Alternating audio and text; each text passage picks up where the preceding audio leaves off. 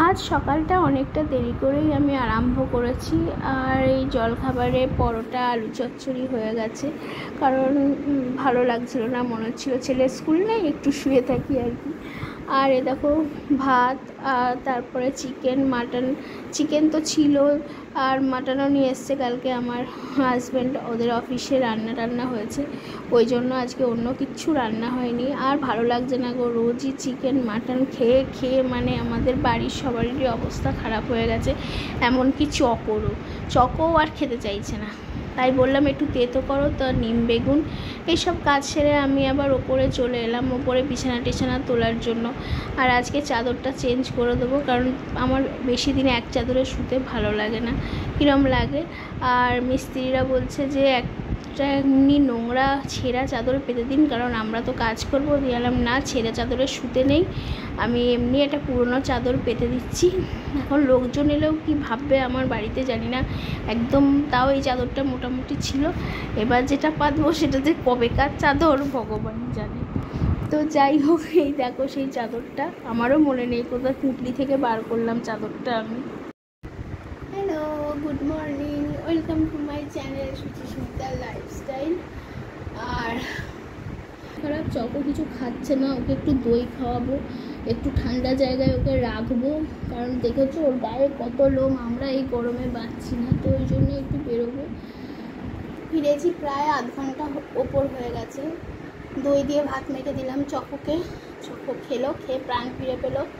তারপর ছেলেকে দই দিলাম, তারপর খানিকক্ষণ রেস্ট নেওয়ার পর ছেলেকে একটু ভরপেট খাওয়ালাম, খাইয়ে এখন ঘুম পাড়াচ্ছি। এখনও নিজে ফ্রেশ হইনি, আমার পুরো মানে অসহ্য লাগছে। বাইরে এত রোদ গরম না, মানে রোদে পড়েছে বাপরে বাপরে বাপরে। এবার ছেলেকে ফ্রেশ করবো, আর জানি না আমি কি খাবো, কারণ আমার একদমই ওই মাংস আর ভাত খেতে ইচ্ছা করছে না, একদমই ইচ্ছা করছে না। আমি জানি না আমি কি খাবো, আর ভালোও লাগছে না, নিজের জন্য কিছু ফুটিয়ে নিই, দেখি কি খাই, ফলও নেই যে খাবো। তো চলো আবার পরে আসছি। চান টান করে শরীরটা একটু ভালো হয়েছে। আর দুপুরবেলা কি খাচ্ছি দেখো, দেখো কেক, এটা আমার, এটা ছেলের জন্য রেখে দেবো। আর এটা হলো পরোটা, চিনি, মানে এক সপ্তাহ হয়নি এখনো, 4-5 দিন ধরে মাটন আর চিকেন চলছে, আর খেতে পাচ্ছি না, কোনো কিছুই অতিরিক্ত ভালো না। এখন এটা খাই, জানি না আজকে বিকেলে বেরোতে পারবো কিনা, দেখা যাক। এই যে বললাম আমার পায়ে ব্যথা করছে, একটু পাটা টিপে দিবি, দেখো ছেলে পা টিপছে। যেমনই টিপুক, আলাদা শান্তি, আলাদা শান্তি গো, আলাদা শান্তি। তাই ভাবলাম একটু ভিডিও করে রাখি, তোমাদের সাথেও শেয়ার করি।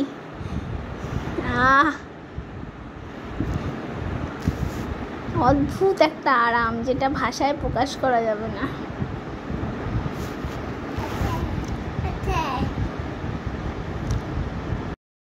তো উপরে আর ভালো লাগছিল না বেশিক্ষণ বসে থাকতে, কীরকম একটা লাগছিল, তাই নিচে নেমে এলাম। আর তোমরা জানো IPL শুরু হয়েছে, সেই সব খেলায় শ্বশুর হলো খেলা পাগল, যে খেলাই হবে সেই খেলাই দেখতে শুরু করে দেয়।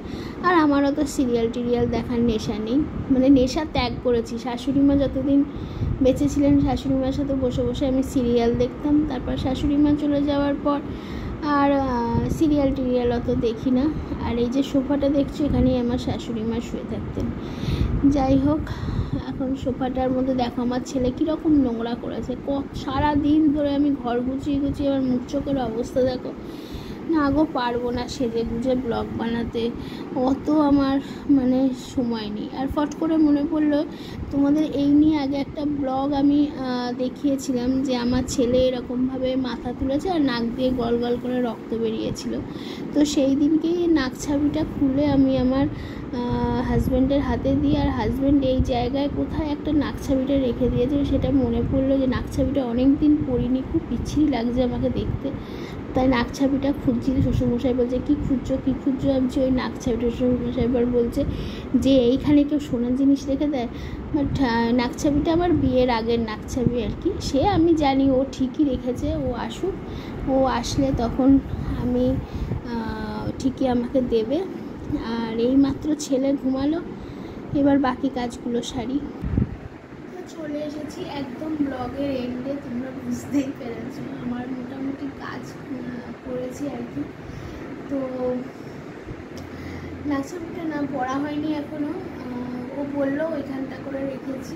ঠিক আছে চলো, কালকে আবার মঙ্গলবার, কালকে সোনা খুলতেও নেই, পড়তেও নেই, বৃহস্পতিবারে, তাই দেখি কী করি। আর কি, আজকের মতো ব্লগটা এখানেই আমি শেষ করলাম। সবাই ভালো থেকো, সুস্থ থেকো, ভালোবাসা দিতে থেকো।